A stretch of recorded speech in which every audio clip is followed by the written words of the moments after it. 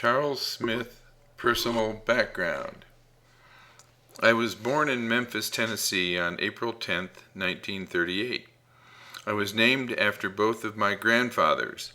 My mom's dad was named Charles, and my grandfather on my dad's side had the middle name of Felton. I had one brother, Tommy, who was 10 years older than I, and three sisters, Virginia, better known as Sister or Aunt Sister, Anne, and Peggy. Only Anne is still living, and she has now moved back to Memphis to be close to her sons. I was raised primarily by my mother because my dad left our family when I was 2 years old. I don't know much about the circumstances that led to their divorce, although my dad struggled with alcoholism. I do have a vivid memory of the day he left and me crying after him. Even though he lived in the same town, I seldom saw him, and our paths did not cross much. He worked as a welder and auto mechanic and died at only 55 years of age. My mom worked most of her life as a seamstress while raising all of us, and she passed away when she was 83. The first home I can remember living in was a small house behind my dad's parents' home. It was one bedroom with a bathroom that had only a toilet and a sink, although later a bathtub was added. The house was crowded.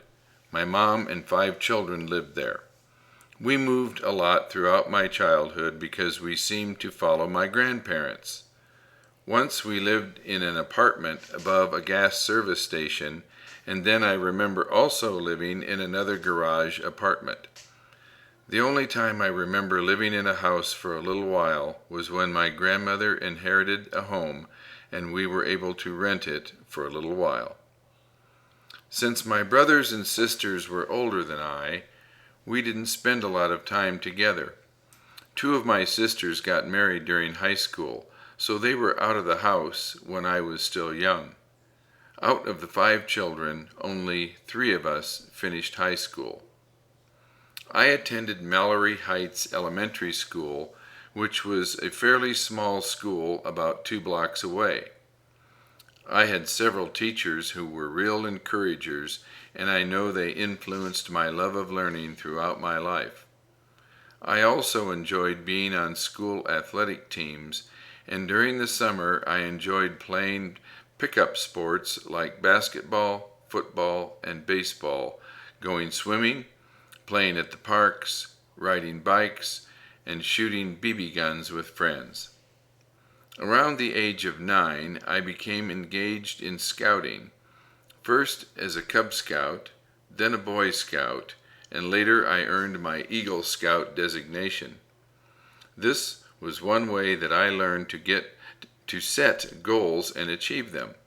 I completed my scouting by the time I entered high school. I went to Southside High School, which required a 30 to 45-minute bus ride, including a bus transfer on public transportation. I still had a love for math and science, and I played some intramural and pickup sports. I was also in the Key Club, a photographer for the yearbook, and I had a paper route for 5 years to earn money. While I still continued to do well in school, there was never an expectation that I would go to college, until my teacher, Miss Watson, told me about scholarships, and she planted the seed about college. Also, having some not too pleasant summer jobs that required hard manual labor, I wanted other options. The 3 words I would use to describe myself as a teenager are active, ambitious, and motivated. And the life lessons I learned as a teen are to work hard, to work smart, and to be diligent. The year I graduated from high school, I was holding down 4 jobs and saving money. Because my grades were not in the highest bracket, I was not able to get a scholarship to college, but I had been able to save money and could pay the tuition myself. I was accepted at Christian Brothers College in Memphis, which is a very small school run by Catholic brothers, and I majored in electrical engineering. I lived at home with my mother and worked, so I wasn't really part of the social structure of the school. For 2 years, I worked from 10:30 p.m. to 6:30 a.m. and then went to school. Maybe that wasn't such a great idea, but I needed the money. I earned a bachelor's degree in 1960 without ever having to take out a school loan. I'm so thankful for that and the appreciation it gave me for an education and hard work. Post-graduation, I worked in New York for Sperry Rand for about 6 months before quitting and returning to Memphis to fulfill my military obligation, which for me was joining the National Guard for 6 months. I then took a job at Martin Marietta in Orlando, and Carolyn and I got married. In 1962, I took a leave of absence from my job and went back to school at the University of Florida to earn my master's degree in electrical engineering, then decided to continue on to get my PhD, which I received in 1966. In 1965, Carolyn and I were blessed with the arrival of Craig, who is named after my uncle Wayne and also my major professor at the University of Florida, Dr. Wayne Chen. Then, in 1968, we were again blessed with the arrival of Charles Christopher. Side note, we thought he was going to be a girl, and we had picked out the name Christine. After completing my PhD, I accepted a teaching position at Virginia Polytechnic Institute in Blacksburg, Virginia, and taught there for 6 years. In 1972, I took a leave of absence from VPI to work at Hewlett-Packard in Loveland, with the intention of only being there 1 year. But the move to Colorado ended up being permanent. I worked at HP for 4 years, working as a programmer on scientific applications of the desktop computers division. During this time, I stayed in touch with a friend from graduate school, Bill Walter, and he had started his own business in Florida, a company centered on billing and accounts receivable management for medical practices. Well, one thing led to another, and in 1976, Jack Waldman, a friend from HP, and I partnered together with Bill and his company, Fiscal Information.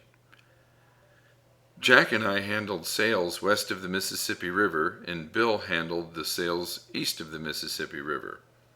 There were many joys but many challenges associated with business ownership. Early on, I was involved in every aspect of the business, and the job always included a lot of travel. There were many things that I just had to figure out as I went along as a business owner. At the height of the company's success, we had just over 50 employees, and many of them became like extended family to me. We also had fantastic clients, mostly. There were some who could be challenges as well. I was blessed when both Craig and Chris joined the fiscal team after they completed their college educations. Then, in the mid-1990s, we were approached by a major competitor who wanted to buy Fiscal. At that time, we were not able to come to terms. But in 1997, we were reapproached, and while I would have preferred to have continued working and growing Fiscal, Bill really wanted to sell, and for good reasons. So we did sell in June 1997. It was a huge transition for me. The company hired me to run the Colorado operations, but about 5 months later they showed up to let me know their intent to shut down the Colorado office. I was quite disappointed, especially for the employees who had been so loyal to our company. Thankfully, I think most of them got jobs in the area, and in some cases, better jobs. Shortly after Fiscal's closure, I ran into a friend from HP, Brad Miller. Brad and I had started at HP on the same day way back when. Brad was contemplating leaving HP and starting a business, and one discussion led to another, and now Brad and I are business partners in a company called ProIS, a business which installs and supports PC-based networks. It's been great reconnecting with Brad and being business partners. Also during this time frame, I became very involved in our church and was appointed a director for the Empty Nesters. I also directed many groups for Crown Financial Ministries, which provides training on how to use money God's way. It was a privilege to serve God in this way. Today, June 2014, I am no longer able to be as involved in specific ministries because of my health. But I'm still here, so I guess God isn't finished with me yet. I'm willing to do whatever I can to further the kingdom message.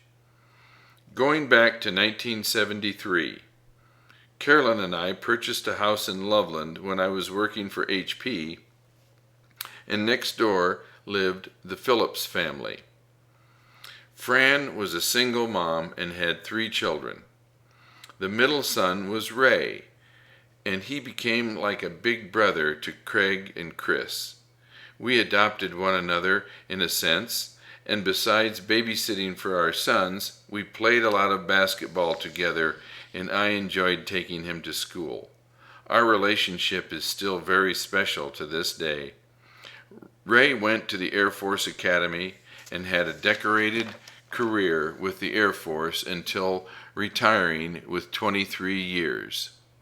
We are thankful that he now lives in Colorado Springs with his wife Kim, and they are the parents of Grant and David, all of whom we consider as chosen family. Fast forward again. In 1983, Carolyn and I divorced, and I moved from Loveland to Fort Collins. In 1986, I met Louise, and we were married in 1991. She will tell you how we met and more about our relationship.